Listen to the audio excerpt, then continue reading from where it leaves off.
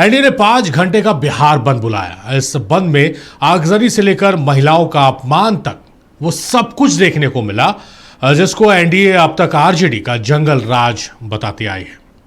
BJP, JDU, LJP और हम की महिला कार्यकर्ता सुबह 7 बजे से ही पटना और अन्य जिलों की सड़कों पर उतर आई। पटना के इनकम टैक्स गोलंबर पर महिला कार्यकर्ताओं ने हाथों में तख्तियां लेकर कांग्रेस और आरजेडी विरोधी नारे लगाए। बाद में बीजेपी प्रदेश कार्यालय के बाहर धरना दिया गया, जिसमें प्रदेश अध्यक्ष दिलीप जायसवाल, सांसद रविशंकर प्रसाद, मंत्री नितिन नवीन और कई वरिष्ठ नेता शामिल हुए। पुलिस ने सुरक्षा के कड़े इंतजाम किए थे। बंद का क्या होगा चुनाव पर असर, ये समझने की कोशिश हम करेंगे आज आपके favourite talk show to the point में। बिहार में एनडीए के बंद का आह्वान असरदार रहा। राजधानी पटना से लेकर ज्यादातर शहरों में बंद समर्थक सड़कों पर उतरे और बंद को कामयाब बनाया। वहीं विपक्ष ने सत्ता पक्ष के बुलाए बंद की जमकर मुखालफत की है। आपको बता दें कि यह बंद ऐसे वक्त में बुलाया गया है जबकि सूत्रों के हवाले से खबर आ रही है कि बिहार विधानसभा के चुनाव 2 से 3 चरण में 5 नवंबर से 15 नवंबर के बीच हो सकते हैं। प्रधानमंत्री की मां को गाली देने को लेकर एनडीए की महिला मोर्चा के बिहार बंद का व्यापक असर देखने को मिला। पटना के आयकर चौराहे पर बीजेपी महिला मोर्चा की नेताओं और कार्यकर्ताओं ने सड़क जाम कर दिया और प्रदर्शन के साथ हंगामा भी किया। जन समर्थन से ही हम लोग कर रहे हैं, सबका सहयोग लेते हुए सब अपने ऑटोमेटिक अभी तक के किए हुए। जो मां का अपमान हुआ था जनक जी के धरती पर, इसके लिए सोचा सब लोग अपने आप किए हुए हैं, वही लोग सहयोग दे रहे हैं। हम लोग पानी, खाना, नाश्ता जो है उन सब का व्यवस्था कर रहे हैं। बस उतना ही मेरा आज कोई बहुत परेशानी नहीं है। जाम में फंसे हुए तो परेशानी तो है, लेकिन उसके लिए इन्होंने पानी वगैरह का व्यवस्था किया है तो थोड़ा ठीक है। और मतलब ये बंद जायज है, होना चाहिए। हाँ सर, एक माँ के सम्मान में इन्होंने हमारे बात करने के बाद इन्होंने बताया कि एक माँ के सम्मान में इन्होंने इस बंदी को किया है, ना किसी व्यक्ति विशेष या किसी पार्टी विशेष को लेकर। माँ के सम्मान में इन्होंने एक बंदी को किया है, तो इस बंदी को हम अच्छे से देखते हैं। मोकामा में बड़ी तादाद में आम जनता की बंद में शिरकत रही। यात्रा कर रहे मुसाफिर रुक गए और बंद को सफल बनाने की कोशिश की। इस वजह से NH 80, NH 31 और नई 6 लेन सेतु और राजेंद्र सेतु से आवागमन पूरी तरह बाधित रहा। शेखपुरा में बीजेपी जिलाध्यक्ष रेशमा भारती की अगुवाई में बड़ी तादाद में महिलाएं सड़क पर उतरी और लोगों से बंद को सफल करने की अपील की। नालंदा में बिहार असरदार रहा। एनडीए के कार्यकर्ताओं ने जोरदार विरोध प्रदर्शन किया। कार्यकर्ताओं ने दुकानदारों से अपील कर दुकानों को बंद कराने की कोशिश की। विरोध प्रदर्शन में महिलाओं की बड़ी तादाद में भागीदारी रही। गंगा में महागठबंधन के मंच से माननीय प्रधानमंत्री श्री नरेंद्र मोदी जी के बारे में और उनकी माता, दिवंगत माता, जो कि अभी दुनिया में भी नहीं है, उनको लेकर जो अपशब्द कहा गया है, उसके विरोध में हम लोग एनडीए का आज बिहार क्षेत्र में बंद का कार्यक्रम किया गया। जी, आज बिहार बंद का हमने आह्वान किया है एनडीए महिला मोर्चा ने, क्योंकि जिस तरीके से आरजेडी और कांग्रेस के मन से नरेंद्र मोदी जी की माता जी को गाली दिया गया है, जो कि अब इस दुनिया में नहीं है, वो बहुत ही शर्मनाक है। सहरसा में एनडीए कार्यकर्ताओं ने प्रधानमंत्री की मां पर की गई अभद्र टिप्पणी के विरोध में जोरदार प्रदर्शन किया। जेडीयू और लोजपा की महिला कार्यकर्ताओं ने आक्रोश मार्च निकाला। आज हम लोग अपनी दुख को व्यक्त कर रहे हैं, क्योंकि आज हमारे आदरणीय प्रधानमंत्री नरेंद्र मोदी जी की मां को गाली दिया गया है, तो पूरे भारत की महिला को गाली दिया गया है। इस गाली को हम लोग नहीं बर्दाश्त करने। भारतीय जनता पार्टी की महिला मोर्चा सड़क पर उतरेंगी और उतरती रहेंगी जब तक राहुल गांधी माफी नहीं मांगे। प्रधानमंत्री आदरणीय नरेंद्र मोदी जी के दिवंगत माता जी को सार्वजनिक मंच से अभद्र भाषा का प्रयोग किया गया, जिस भाषा को आप और हम सार्वजनिक लोग से सुन भी नहीं सकते हैं। इस तरह के भाषा का उपयोग सिर्फ एक महिलाओं का अपमान नहीं है, सिर्फ प्रधानमंत्री जी के माता का अपमान, ये पूरे बिहार की महिलाओं का अपमान है।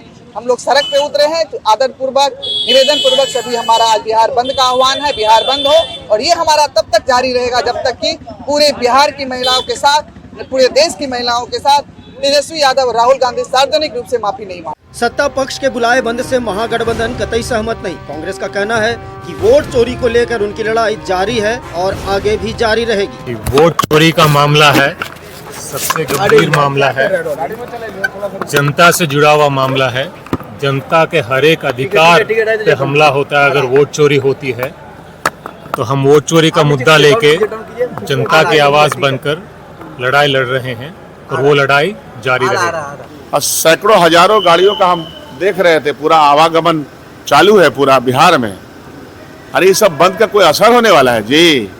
होता क्या है कि भारतीय जनता पार्टी के शीर्ष नेतृत्व ने जिन भाषा का इस्तेमाल किया है अपने जीवन काल में, अपने राजनीतिक जीवन काल में, ममता बनर्जी किसी की बहन दीदी नहीं थी।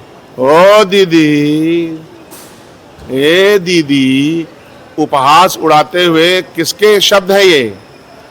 कांग्रेस की विधवा किसके शब्द है ये? 50 लाख की गर्लफ्रेंड किसके शब्द है ये? हम हमेशा मानते हैं कि अमर्यादित शब्दों का उपयोग कोई न करे, कभी नहीं करे। मंचों के माध्यम से भारतीय जनता पार्टी ने टारगेटेड कम्युनिटी को गालियां दी हैं। वहीं बिहार बंद के विरोध में लालू प्रसाद ने एक्स पर पोस्ट किया कि क्या प्रधानमंत्री मोदी ने भाजपाइयों को आदेश दिया है कि आज पूरे बिहार और बिहारियों की माताओं, बहनों और बेटियों को गाली दो। गुजराती लोग बिहारियों को इतने हल्के में ना लें, ये बिहार है। इनकम टैक्स चौराहे पर बीजेपी कार्यकर्ताओं के हंगामा प्रदर्शन के बीच पूर्व केंद्रीय मंत्री रविशंकर प्रसाद भी पहुंच गए हैं, जो पटना साहिब के सांसद भी हैं। आज हम लोग सभी सड़क पर हैं, लेकिन महिला मोर्चा के पीछे हैं हम लोग। ये कार्यक्रम हमारे महिला मोर्चा का है, जिनके आह्वान पर यह कार्यक्रम हो रहा है। ये क्या मजाक है? भारत के प्रधानमंत्री की स्वर्गीय माताजी का अपमान, राहुल गांधी तेजस्वी के मंच से गाली पड़ती है और अभी तक सॉरी का शब्द नहीं बोलते हैं। अगर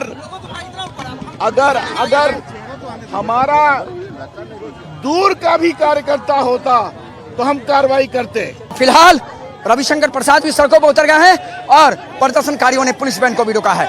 सहयोगी दीपक के साथ मुर्गुब आलम, नक्षत्र न्यूज, पटना। तो बिहार बंद रहा और जहां सत्ता पक्ष जिसने बंद कॉल किया था उसका कहना है कि बंद का व्यापक असर देखने को मिला। हालांकि विपक्ष के कई आरोप भी हैं कि आम लोगों को टारगेट किया गया, महिलाओं को टारगेट किया गया। महिलाओं के सम्मान में ये बंद बुलाया गया था, महिला के सम्मान में ये बंद बुलाया गया था, लेकिन महिलाओं के साथ अभद्र भाषा का प्रयोग किया गया। ये तमाम चीज़ें आरोप हैं। इसी तमाम मसलों पर बातचीत करने के लिए हमारे साथ मेहमान जुड़ रहे हैं। कुछ मेहमान हमारे साथ जुड़ गए, कुछ मेहमान आगे भी हमारे साथ जुड़ेंगे। चर्चा को आगे बढ़ाते हैं, पहले तारुफ करा दें। दीनदयाल बनवाल साहब हमारे साथ, बीजेपी के नेता हैं। बहुत स्वागत है दीनदयाल जी आपका। और राजेश तिवारी हैं, जेडीयू के फायर ब्रांड नेता हैं। राजेश जी, बहुत स्वागत है आपका नक्षत्र न्यूज़ में। राजेश जी से शुरुआत करते हैं। राजेश जी, बंद आप लोग जहाँ एक तरफ कह रहे हैं कि भाई व्यापक असर रहा, स्वेच्छा से लोगों ने अपनी दुकानें, अपने प्रतिष्ठान को बंद किया, विपक्ष कह रहा है कि फ्लॉप शो रहा और बीजेपी जेडीयू के कार्यकर्ताओं ने गुंडागर्दी की है सड़कों पर। देखिए भाई जी, जो ये बोला जा रहा है गुंडागर्दी के, तो एनडीए में के किसी भी, चाहे वो जदयू हो चाहे भाजपा हो, वो एनडीए का संस्कार नहीं रहा है और न कभी आगे रहेगा। गुंडा शब्द आते ही हुए किसका नाम आता है, चाहे वो आरजेडी हो, चाहे वो झारखंड मुक्ति मोर्चा हो या कांग्रेस हो। आज एक जो स्वेच्छा से जो बंद हुए, नारी शक्ति ने आज निकल करके, और जो हमारे राहुल गांधी और कांग्रेस के लोगों के द्वारा जो बोला गया था यशस्वी प्रधानमंत्री माँ के बारे में, वो उसका प्रतिकार किए। और प्रतिकार करने का हम लोग का ये था कि हम लोग शांति के रूप में पूरे महिलाएं उतरी और जगह जगह रोकी। लेकिन कुछ ऐसे विपक्ष के कुछ मानसिक लोग के रहे जो इसको फ्लॉप दिखाने के लिए, बीच में बाधा उत्पन्न होने के लिए इस तरह के कुछ महिलाएं को उतार दिए अपने जो उनका प्रकोष्ठ का है। लेकिन मैं फिर भी इसके बाद मैं दावे कर सकता हूं कि कोई भी एक अगर जो पूरे बिहार में बता दे कि ये बंद हुआ और उसमें कहीं भी किसी दुकान को जबरन शटर बंद किया गया, किसी गाड़ी का शीशा फोड़ दिया गया, किसी का सर फाड़ दिया गया हो, किसी का जबरन ये सब कर दिया, बदतमीजी किया गया, ऐसा कहीं कुछ नहीं। एक दो जो दिखाए जहानाबाद और जगह जगह हो रहा है, उसको निश्चय ही वो बहुत ज्यादा है, लेकिन दोनों तरफ से हुआ जिसके चलते विरोध हुआ।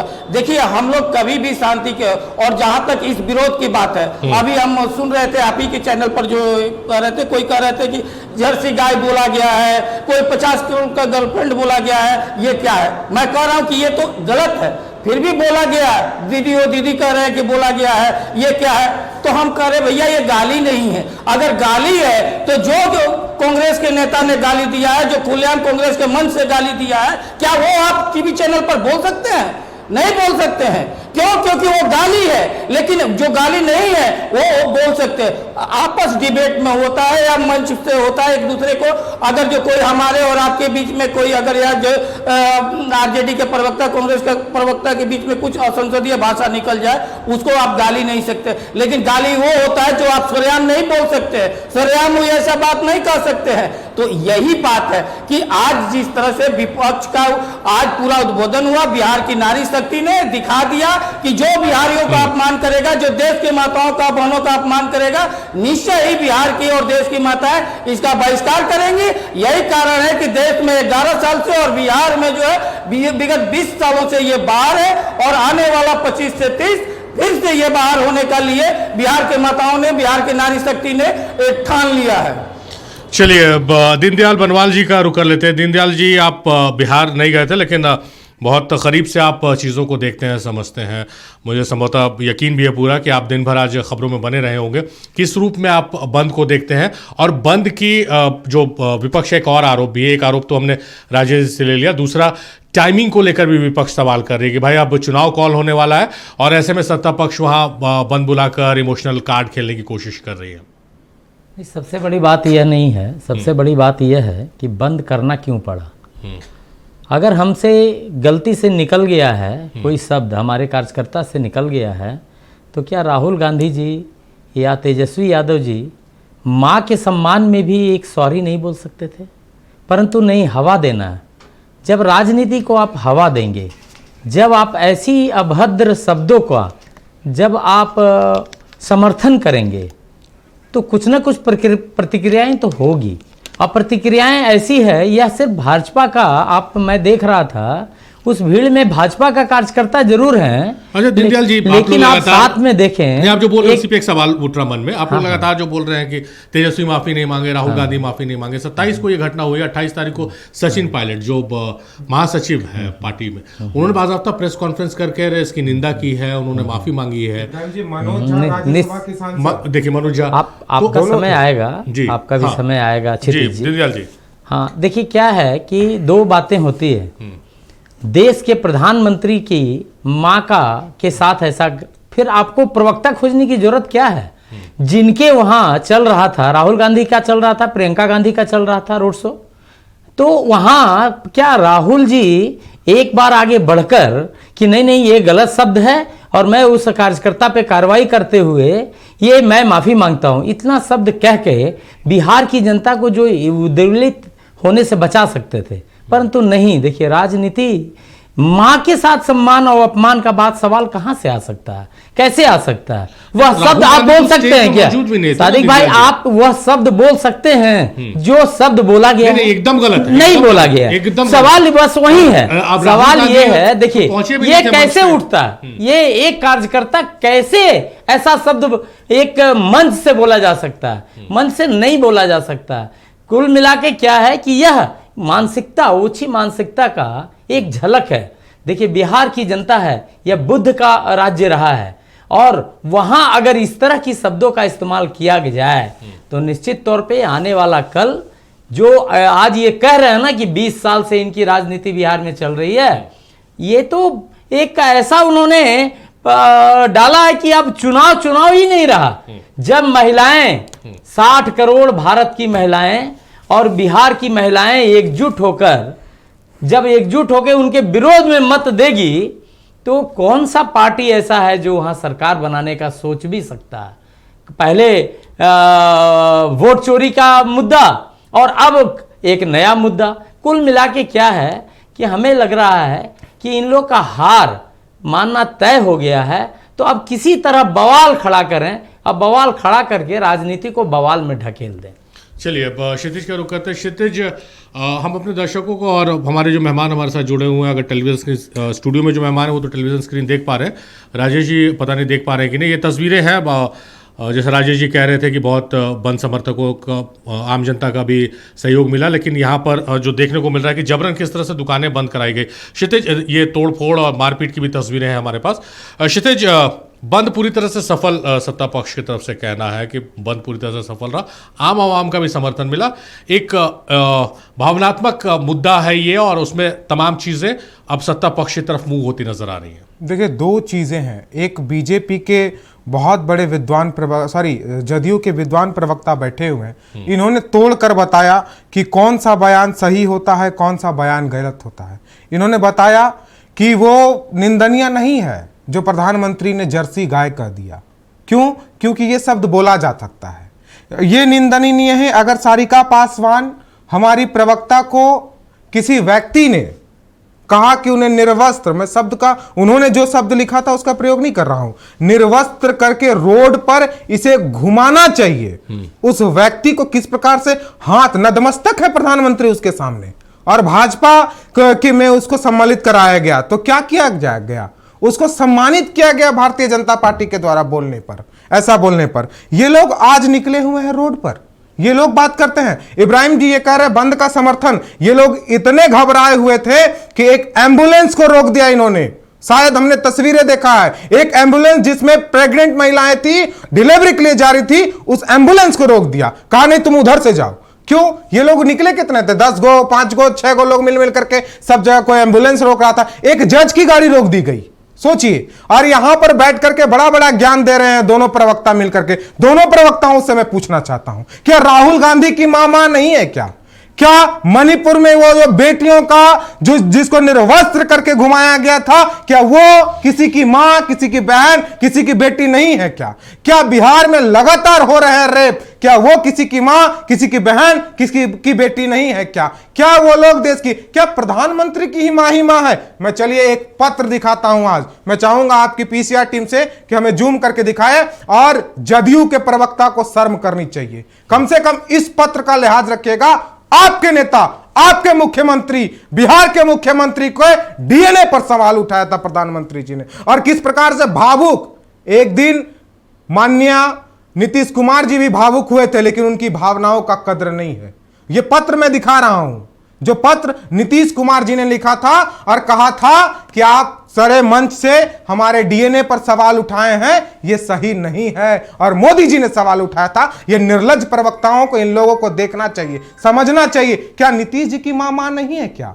हमें दुख होता है। इब्राहिम जी, दूसरी तरफ हम चलते सवालों का जवाब। इस प्रक्रिया को देखिए, एक व्यक्ति गाली देता है, उसको हमारे नेता पकड़ करके पुलिस के पास जमा करते हैं, और पुलिस कहती है कि वो ना तो कांग्रेस से है, ना आरजेडी से है, और ना हमारे किसी गठबंधन के साथी के पार्टी से है। पुलिस कहती है इस बात की, बिहार पुलिस कहती है कि वो किसी पार्टी से बिलोंग नहीं करता है। ये कह रहे हैं माफी क्यों नहीं मांगी? हमारे तमाम नेताओं ने निंदा किया। क्या तेजस्वी यादव ने इसका निंदा नहीं किया है क्या? क्या बाकी नेताओं ने निंदा नहीं किया है क्या? सारे नेताओं ने किया है। इनफैक्ट प्रेस कॉन्फ्रेंस करके हमारे दो बड़े नेता, राज्यसभा के सांसद मनोज झा जी, जो कि पार्टी के वरिष्ठ प्रवक्ता भी हैं, और कांग्रेस से सचिन पायलट जी। अब क्या किया जाए? मेरा कहना है कि क्या उस मां की छल्ली सीना उस दिन नहीं हुई थी क्या, जब प्रधानमंत्री जी ने अपनी मां के लिए कह दिया कि मैं नॉन बायोलॉजिकल हूं? जिस मां ने 9 महीने अपने कोख में प्रधानमंत्री जी को रखा, उन्होंने कह दिया कि मैं नॉन बायोलॉजिकल हूं, मुझे लगता है कि मैं गर्भ से पैदा नहीं हुआ हूं। वो तो भगवान बनने के चक्कर में थे। क्या उस मां को उस दिन पीड़ा नहीं हुई होगी क्या इब्राहिम जी, जब उस मां को नोटबंदी के समय में लाइन में खड़ा कर दिया था? एक बेटा का कर्तव्य होता है, एक बेटा का कर्तव्य होता है, मां उसे बड़ा करके अपनी लाठी बनाती है।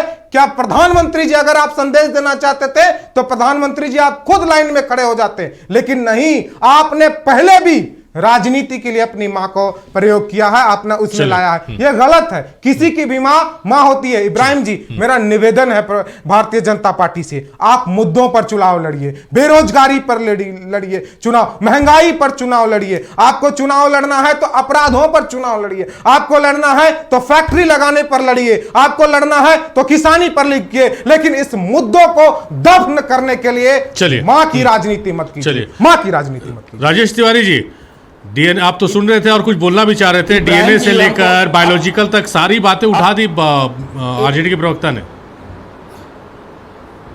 हम आशा करते हैं कि जिस तरह से हम सुने हैं और आप दूसरे का नहीं पूछे हैं, हमको भी बोलने का मौका नहीं, पूरा मौका जाएगा। देंगे, पूरा मौका ठीक है? देंगे। हाँ, पूरा मौका देंगे, आप बोलिए। हाँ, तो यही है सबसे। देखिए सबसे बड़ी बात क्या होता है कि देखिए जिस पार्टी का निर्लजता और जिस पार्टी में शर्म नाम की कोई चीज नहीं है, आज वो मुख्यमंत्री के डीएनए पर अरे शर्म करना चाहिए, उस शर्म करना चाहिए जब रेवंत रेड्डी जो तेलंगाना के मुख्यमंत्री है, राहुल गांधी के लाडले, उनको मेहमान बना करके इस बिहार में घुमाया जा रहा था, जो पूरे बिहारियों को डीएनए को नीच कहा था, उस समय शर्म आपका कहाँ था? उस समय आपको चुल्लू भर पानी में डूबने का नहीं था, जब इसी बिहार में अपने साथ जो तेजस्वी यादव और राहुल गांधी घुमा रहे थे, जिसको नीच कहा था। उस समय कहा था जब तमिलनाडु के मुख्यमंत्री ने कहा था कि बिहारी आकर के टॉयलेट साफ करते हैं और उसको ले आकर के पूरे रोड शो कराए, उस समय आपका कहाँ जगह हुआ था? उस समय आपके लिए चुल्लू भर पानी नहीं था। उस समय कहा था जब वही जो ठाकरे बंधु जो है बिहारियों को कूटते हैं, उनके इज्जत के साथ खेलते हैं और उनके प्रवक्ता संजय राउत को बुला करके यहाँ पर आप पद यात्रा करा रहे थे,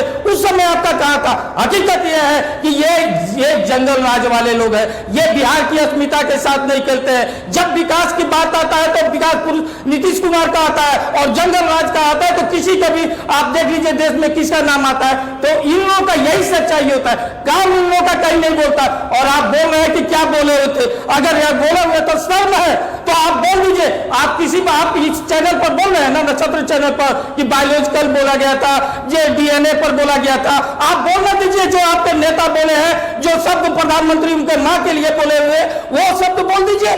नहीं बोल सकते हैं क्योंकि इसलिए क्योंकि वो था और आप भाग रहे हैं। आप विकास की बात करते हैं, आपका विकास क्या है? आपका विकास यही है कि पूरे परिवार का, कि लालू परिवार का विकास आपका परिवार है, कि किसी भी तरह से लालू परिवार का विकास, बाकी बिहार विनाश। और यही हमारे नीतीश कुमार जी है, पूरे बिहार को, बहन बेटियों को सबसे सशक्त करने का काम किया।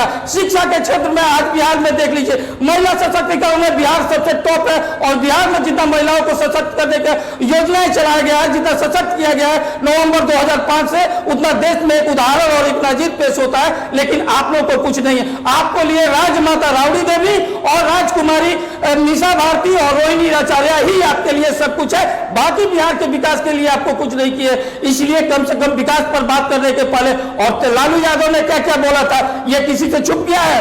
रात के डेट में तेजस्वी यादव क्या, और आपका छोड़िए, आज जो कल जो आपका बैठक हुआ उसमें बैठक में निर्णय लिया गया कि किस तरह से कांग्रेस आपको बैकसीट में बैठा दी है, किस तरह से राहुल गांधी ने अपने कहा है कि बराबर के बिहार में बराबर के सीटों पर लड़ेंगे। और आप कहते हैं आपके तो ये जो प्रदर्शन होता था, बिहार बंद होता था तो लोग के मर्डर होते हैं, लोग के मर्डर होते हैं, एक भी मर्डर नहीं हुआ है, एक भी शांतिपूर्ण उठा, क्योंकि बिहार के माताएं आगे बढ़ी हैं और देश में ये नाजिर हुआ है कि बिहार के माताएं बहने ने किस तरह से यशस्वी प्रधानमंत्री के लिए खड़ा हुआ है, सबके माता के बराबर हो। लेकिन काश ये लालू परिवार समझ जाता कि सबके माताओं के बराबर हमारा माता होता है, सबके बहनों के रावड़ी और रोहिणी आचार्य और निशा भारती के तरफ से और भी हमारे नीतू गीतू रीतू भी की उसी समान होती, उनको भी हक मिलता, उनको भी राज्यसभा विधानसभा में जाने का हक मिलता। लेकिन आपके यहाँ नहीं, आप सिर्फ और सिर्फ जो है परिवारवाद के वो मुद्दों तक है, वंशवाद के, और विकास तो आपको दिख जाएगा। कह रहे हैं कि बहुत सफलता मिला है हमको,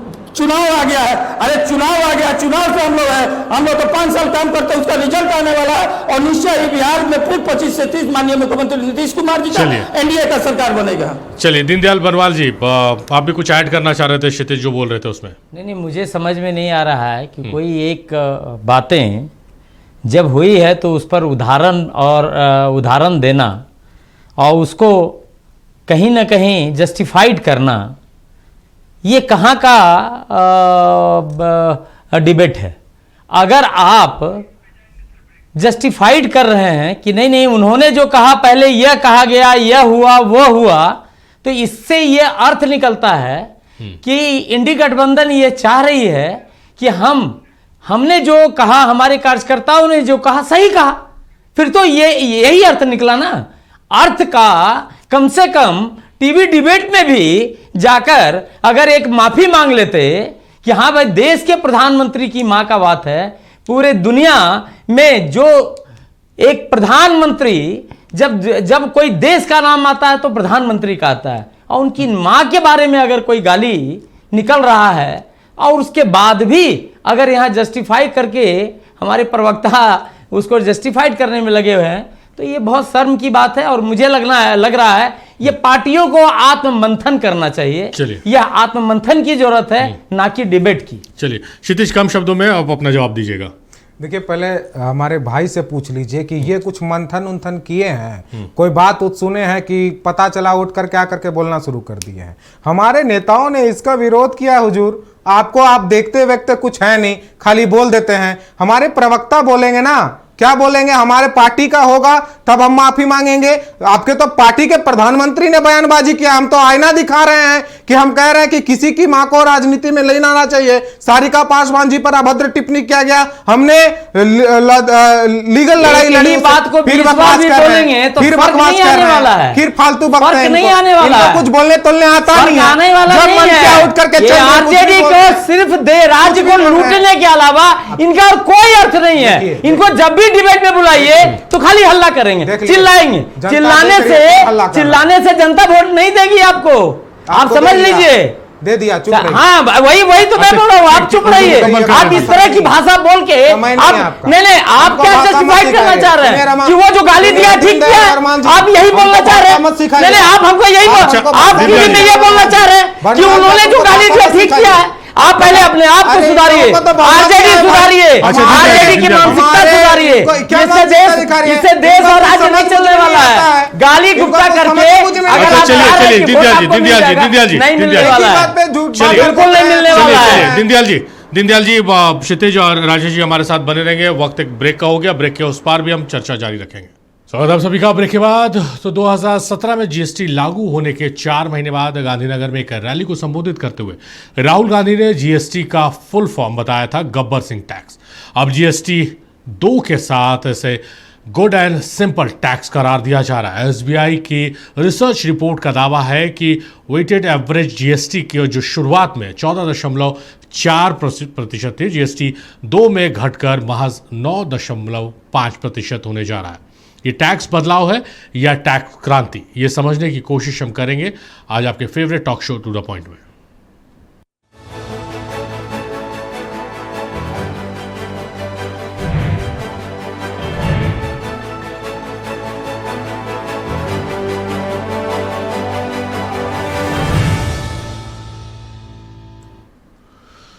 सत्रह के 9 साल बाद सरकार जीएसटी में बड़ा बदलाव लेकर आई है। इस बदलाव में सबसे अहम है इंश्योरेंस पर जीरो टैक्स और आम जनता के रोजमर्रा में काम आने वाली चीजों पर टैक्स दर में भारी कमी।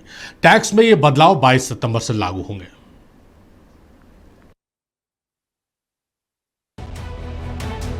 पंद्रह अगस्त को लाल किले की प्राचीर से प्रधानमंत्री ने नेक्स्ट जनरेशन जीएसटी रिफॉर्म का वादा किया था। बुधवार को जीएसटी काउंसिल की मैराथन बैठक के बाद वित्त मंत्री निर्मला सीतारमण ने जीएसटी दरों में बदलाव का ऐलान किया। The Honorable Prime Minister actually set the tone for the next generation reforms on the 15th of August when he spoke from the Red Fort.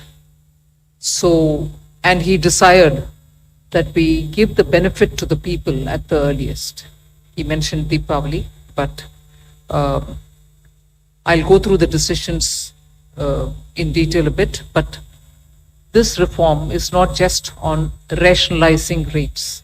It's also on structural reforms. It's also on ease of living, so that businesses can do their business of working together with the GST with a great ease. So we have corrected inverted duty structure problems. We've resolved classification related issues, and we have ensured that there will be stability and predictability about the GST.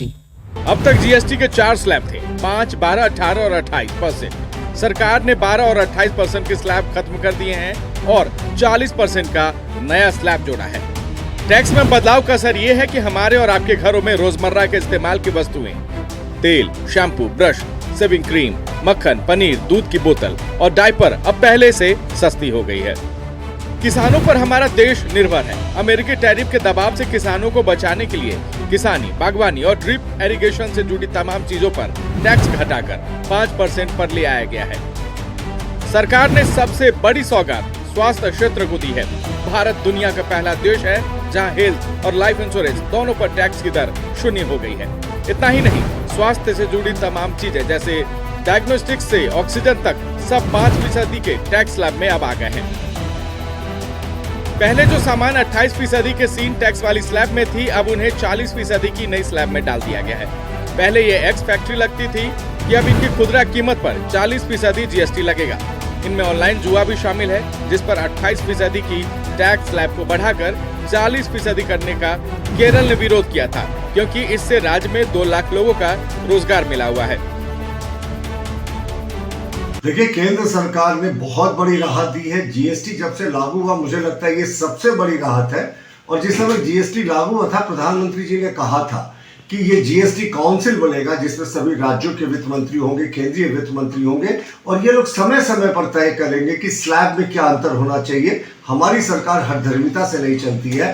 तो जैसी मांगे आई, हम लोगों ने 5% का slab रखा, 18% के slab को रखा। अधिकतर रोजमर्रा की जिंदगी की वस्तुओं को, खाद्य पदार्थों को 5% के स्लैब में रखकर बड़ी राहत दी है, और 18% के स्लैब में भी कुछ वस्तुओं को रखा है। इसके अतिरिक्त 40% का भी हम लोगों ने स्लैब बनाया है, जिसमें तंबाकू, सिगरेट और अन्य चीजें, शराब, जिनका लोगों को कम से कम सेवन करना चाहिए, इस सेवन को कम कराने के लिए 40% टैक्स लगाया गया। अब प्रधानमंत्री को लगने लगा कि बिहार में तो हमारी हार है, पूरा देश हमें वोट चोर कह रहा है, तो अब देश की जनता को कुछ राहत दी जाए। 11 साल के अपने शासनकाल में प्रधानमंत्री ने देश की जनता का पूरी तरह खून चूसने का काम किया, और अब जब उनकी जाने की बारी है तो अब वो जीएसटी में छूट देने का काम कर रहे हैं। ठीक है, स्वाभाविक तौर पे अच्छी बात है कि जीवन रक्षक में उन्होंने जीएसटी में छूट दिया, लेकिन हमें लगता है कि खाद्य सामग्री में भी अगर जीएसटी की छूट हो जाए तो स्वाभाविक तौर पे महंगाई भी कम होगा और जनता के ऊपर जो है कुछ बोझ भी कम पड़ेगा। उद्योगपति को मिला, सरकार की झोली में कितने पैसे गए, ये तो केंद्र सरकार ने खुद मान लिया। मुझे लगता है कि अब तक बढ़ी हुई दर से जीएसटी लिया जा रहा था, और यही तो मांग थी हम लोगों की। लेकिन चलिए, सामने बिहार चुनाव है, उसी मद्देनजर कुछ जनता का कल्याण हो जाए। हालांकि ये जिस चरित्र के लोग हैं, चुनाव खत्म होगा उसके बाद फिर कुछ टैक्सेशन नए की घोषणा कर सकते हैं। पूर्व वित्त मंत्री पी चिदम्बरम का कहना है कि सरकार ने जीएसटी रिफॉर्म लाने में 8 साल की देरी कर दी। राहुल गांधी भी 18% पर कैप लगाने की बात कहते आए हैं। सरकार ने 350 सीसी से ज्यादा पावर वाली बाइक पर टैक्स को 28% से बढ़ाकर 40% कर दिया है। ट्रंप की पसंदीदा हार्ले डेविडसन इससे यकीनन प्रभावित होगी। वजह ट्रंप और टैरिफ हो या फिर बिहार चुनाव, विकास दर में सुस्ती या घरेलू बचत में गिरावट। बजट में 12 लाख तक की आय को टैक्स फ्री करने के बाद जीएसटी 2.0 आम जनता के लिए राहत लेकर आया है। यशवंत कुमार, नक्षत्र न्यूज, रांची। तो जीएसटी से 2 स्लैब केंद्र सरकार ने खत्म कर दिए, और इस पर देश के प्रधानमंत्री नरेंद्र मोदी ने क्या कुछ कहा, आपको वो सुनवाते हैं। अब 21वीं सदी में आगे बढ़ते भारत में जीएसटी में भी नेक्स्ट जनरेशन रिफॉर्म की आवश्यकता थी, और उसको किया गया है। मीडिया के कुछ साथी इसको जीएसटी 2.0 के रूप में कह रहे हैं, लेकिन असल में ये देश के लिए सपोर्ट और ग्रोथ की डबल डोज है।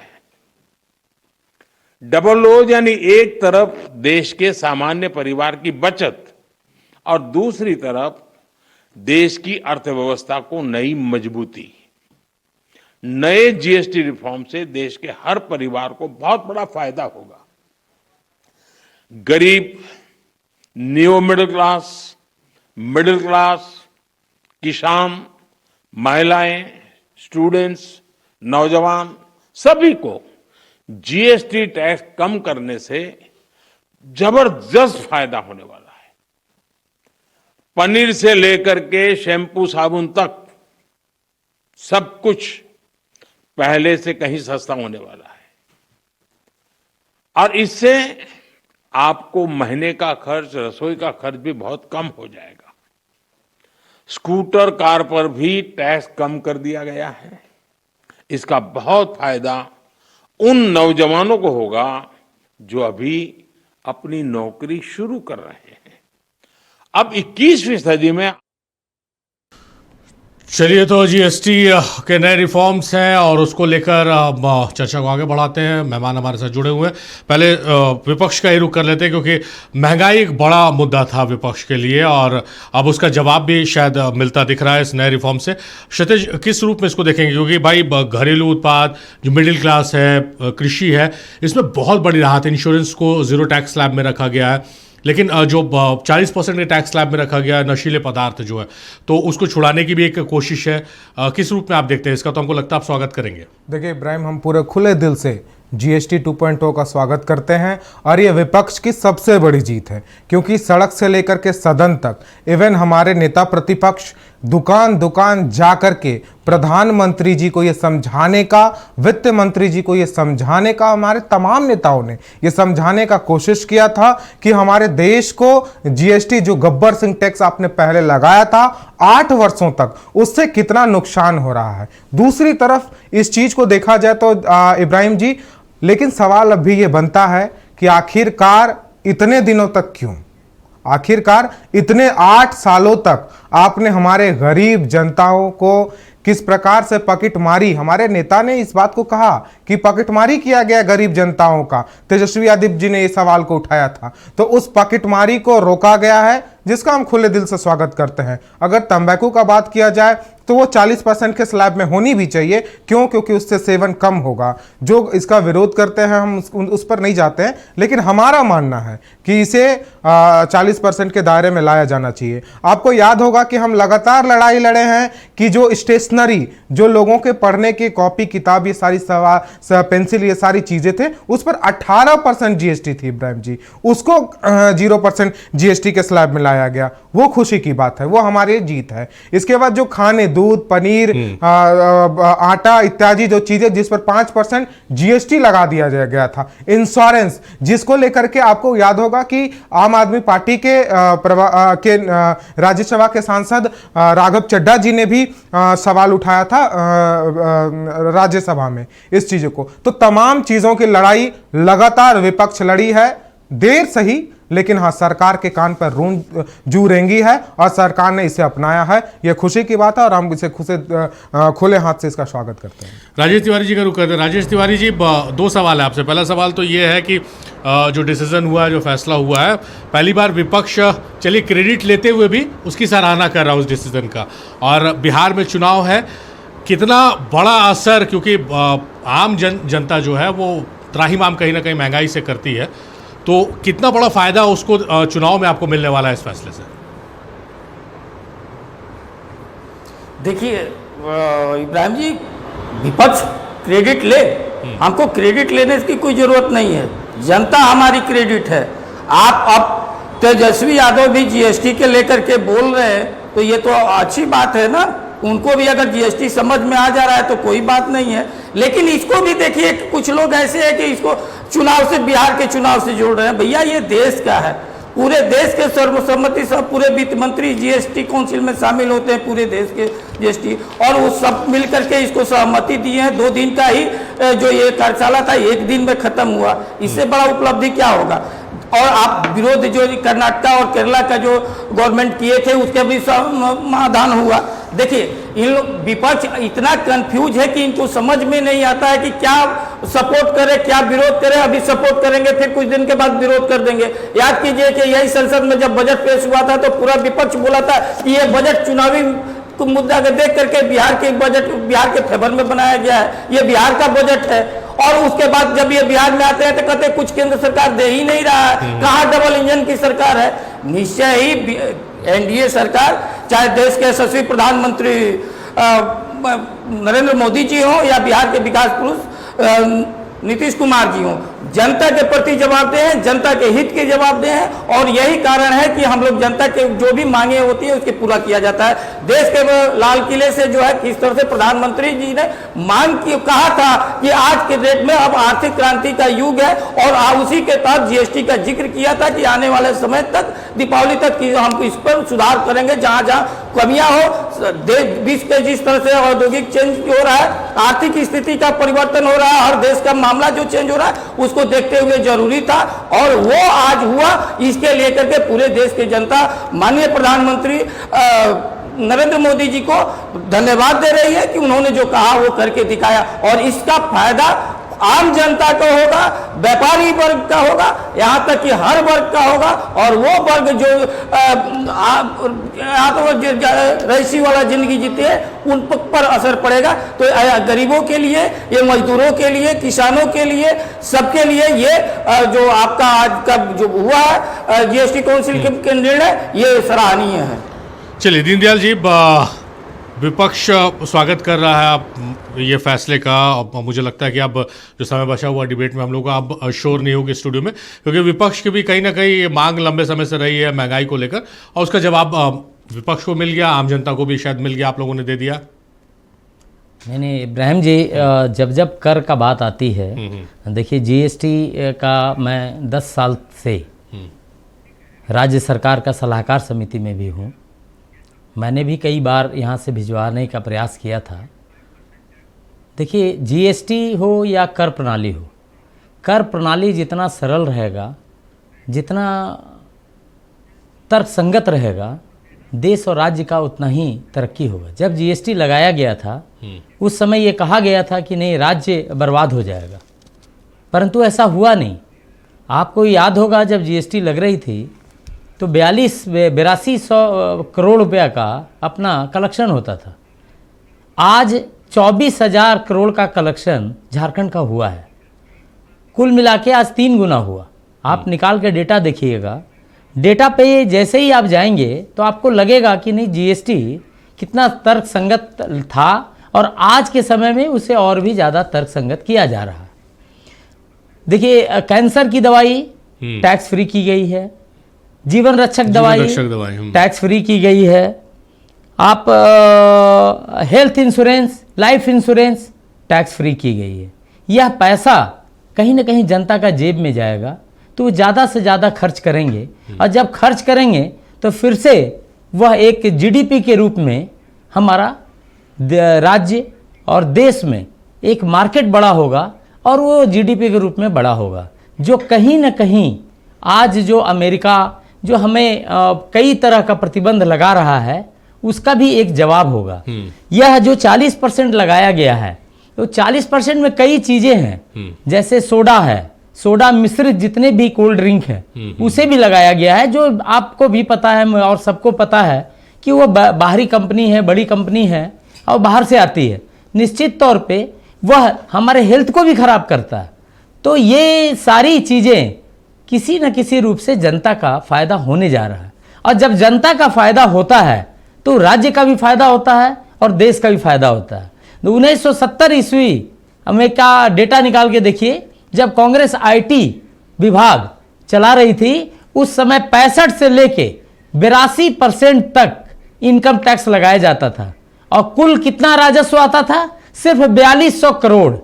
जैसे जैसे सुधार आगे बढ़ा, आज जिस तरह से सुधार हुआ है इनकम टैक्स में, तो आज आप देख रहे हैं कि 18 लाख करोड़ का देश को राजस्व मिल रहा है। तो जब जब आप कर कम करेंगे, जब जब जनता को पैसा ज्यादा जाएगा, जब जब जनता ज्यादा खर्च करने में सक्षम रहेगी, तब तब देश और राज्य मजबूत होगा। और यह प्रधानमंत्री जी ने लाल किला से जो भी भाषण दिया है था उसका आज वानगी सामने आ गया। जितना कम स्लैब रहेगा उतना ज्यादा सुविधा होगी बाजार को, और जब बाजार को सुविधा होती है तो क्या होता है कि उस पे कलेक्शन के साथ साथ बाजार में बढ़ोतरी होती है और बाजार में एक चहल पहल बढ़ती है।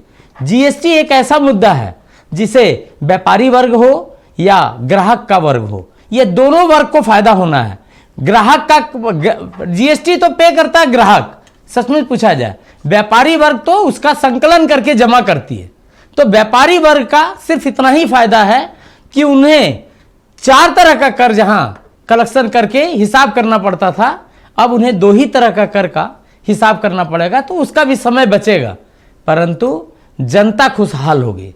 और जब राज्य की जनता और देश की जनता खुशहाल होगी तो निश्चित तौर पे आने वाला कल ये झारखंड पूरा तरक्की करेगा। आप देखेंगे अभी 24,000 करोड़ का कलेक्शन हो रहा है या उसका टारगेट है, आने वाला कल यह कलेक्शन भी बढ़ेगा, क्योंकि जब लोगों के पास पैसा जब जेब में ज्यादा जाएगा तो वो खर्च भी ज्यादा करेंगे, और जब ज्यादा खर्च करेंगे तो उसका फिर से जीडीपी के रूप में वो पैसा घूमेगा और बाजार में चहल पहल बढ़ेगी और उससे टैक्सेशन भी बढ़ेगी।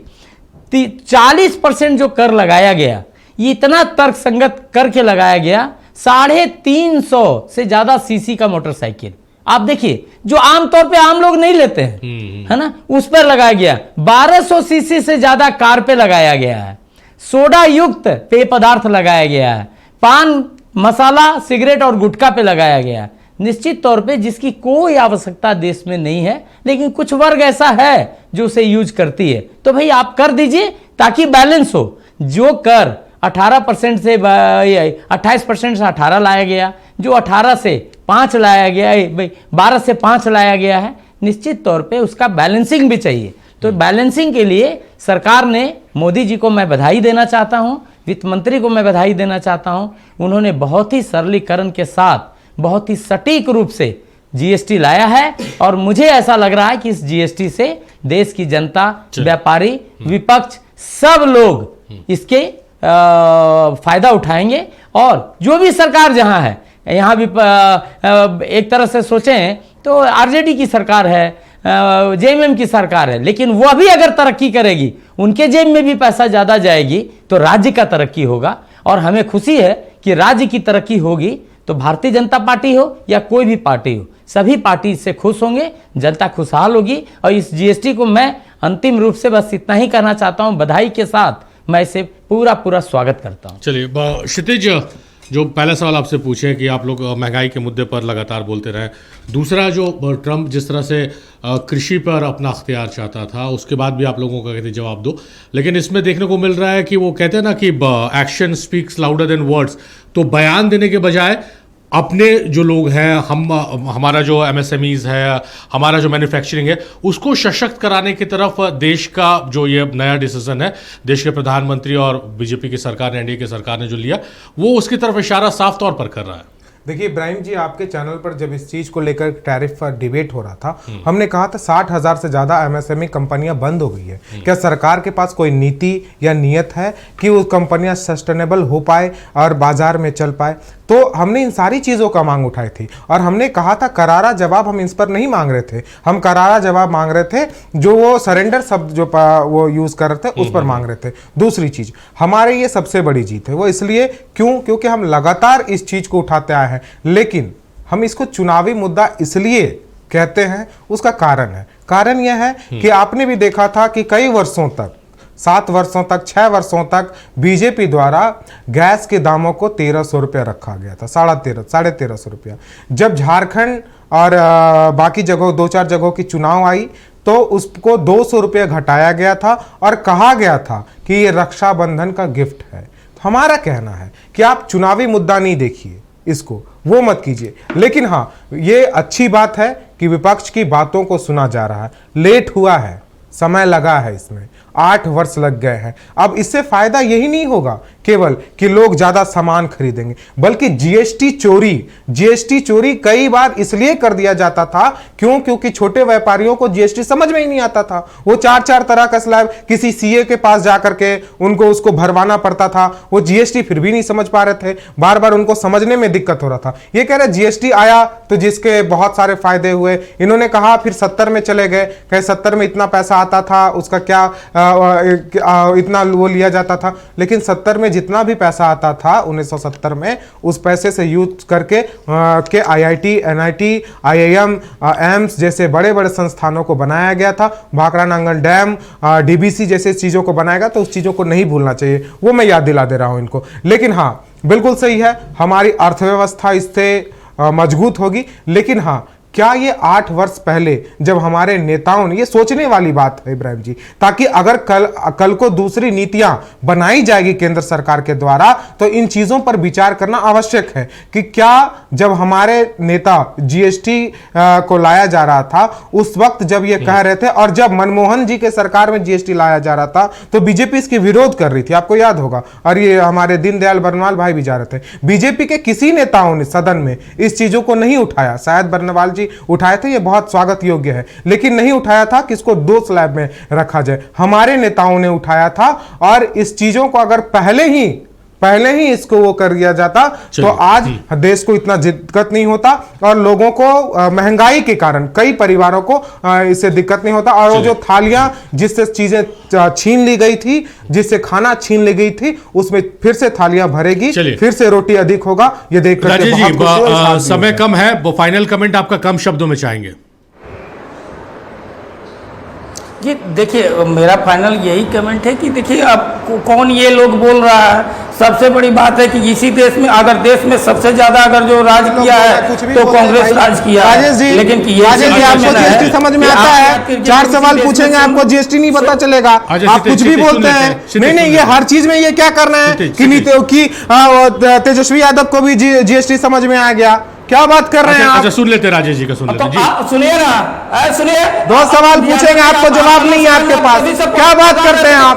क्या बात करते हैं आप? राजेश जी फालतू बकवास करते हैं, आपको कुछ पता ही नहीं है।